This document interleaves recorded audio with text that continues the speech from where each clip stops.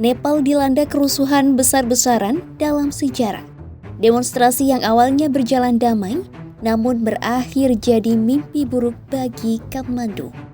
Gedung pemerintah dan fasilitas publik dibakar, hingga bentrokan meluas ke berbagai kota. Kerusuhan yang terjadi membuat kondisi di luar kendali. Bandara Tribhuvan lumpuh dan ratusan wisatawan asing terjebak. Puluhan orang pun tewas dan banyak yang terluka akibat insiden ini. Lantas, apa pemicu kerusuhan besar-besaran yang terjadi di Nepal?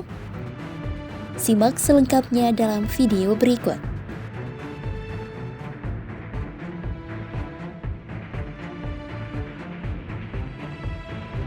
Kekacauan melanda kota Kathmandu, Nepal, usai aksi demonstrasi yang berujung kerusuhan besar-besaran.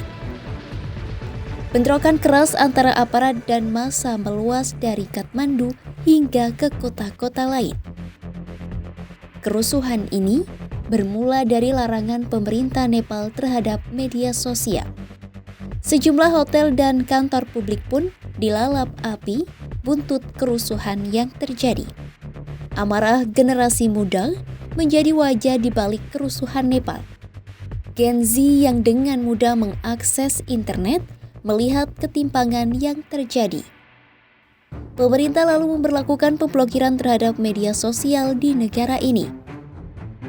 Larangan media sosial pun memicu rasa frustasi generasi muda yang berubah menjadi solidaritas dengan aksi protes di jalan. Generasi muda Nepal menganggap pemblokiran media sosial itu sebagai bentuk pemutusan masa depan mereka.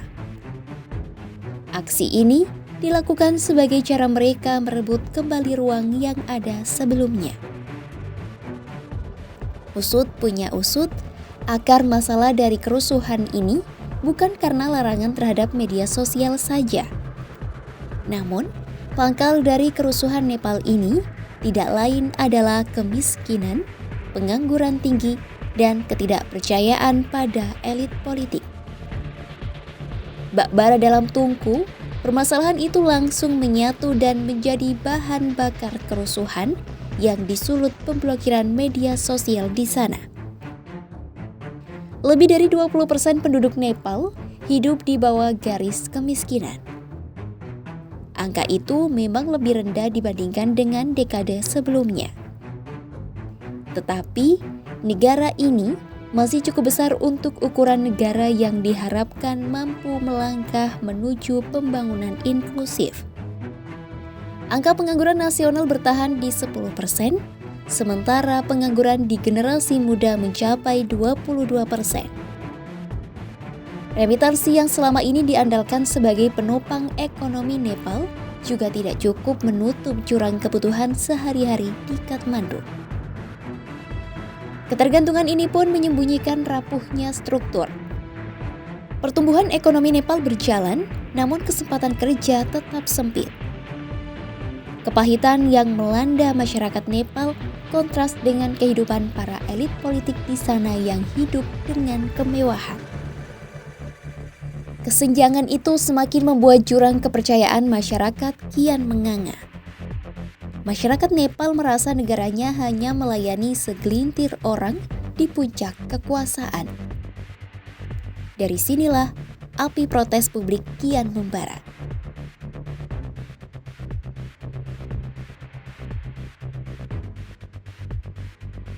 Di tengah kondisi yang kian memanas, Perdana Menteri Nepal KP Sharma Oli lalu mengumumkan pengunduran diri pada Selasa 9 September 2025. Presiden Ramchandra Poudel pun menyusul keputusan Perdana Menteri Nepal untuk meninggalkan kursi kekuasaan.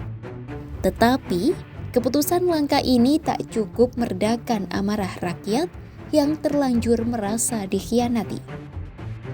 Di tengah situasi Nepal saat ini, masyarakat sipil menuntut jaminan kebebasan sipil, kesempatan kerja, dan tata kelola bersih pemerintah. Di sisi lain, aparat militer dikerahkan untuk menjaga stabilitas yang dikhawatirkan bisa menimbulkan kembalinya pola lama pemerintahan represif. Jika krisis berlanjut, Nepal tentu kehilangan momentum pertumbuhan ekonomi. Ketidakstabilan sosial politik di Himalaya ini bisa berdampak dan meluas ke wilayah regional. Namun, kerusuhan Nepal menjadi pelajaran penting bagi kawasan Asia Selatan. Di tengah pertumbuhan ekonomi yang kerap dibanggakan pemerintah, rakyat menuntut lebih dari sekedar angka makro. Mereka jauh lebih membutuhkan lapangan pekerjaan, keterjangkauan harga, kebebasan sipil, dan pemerintah bersih.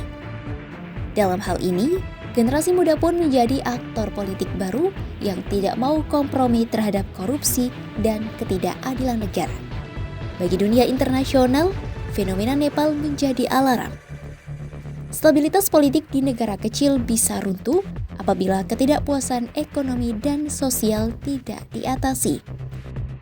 Apa yang terjadi di Nepal ini bukan hanya tragedi, melainkan sinyal kuat bahwa kontrak sosial lama sudah tidak lagi diterima rakyat. Kerusuhan di Nepal bukan hanya dilatar belakangi pemblokiran media sosial. Kekacauan yang terjadi ini juga didasari kemarahan publik terhadap ketimpangan sosial, pengangguran, dan ketidakadilan politik. Dengan mundurnya pemimpin negara, Nepal kini berada dalam fase ketidakpastian politik. Jika pemerintah tidak segera melakukan reformasi nyata dan membangun kembali kepercayaan publik, krisis ini bisa semakin dalam dan berdampak ke kawasan Asia Selatan. Simak terus update berita-berita menarik lainnya hanya di kanal YouTube Kompas.com.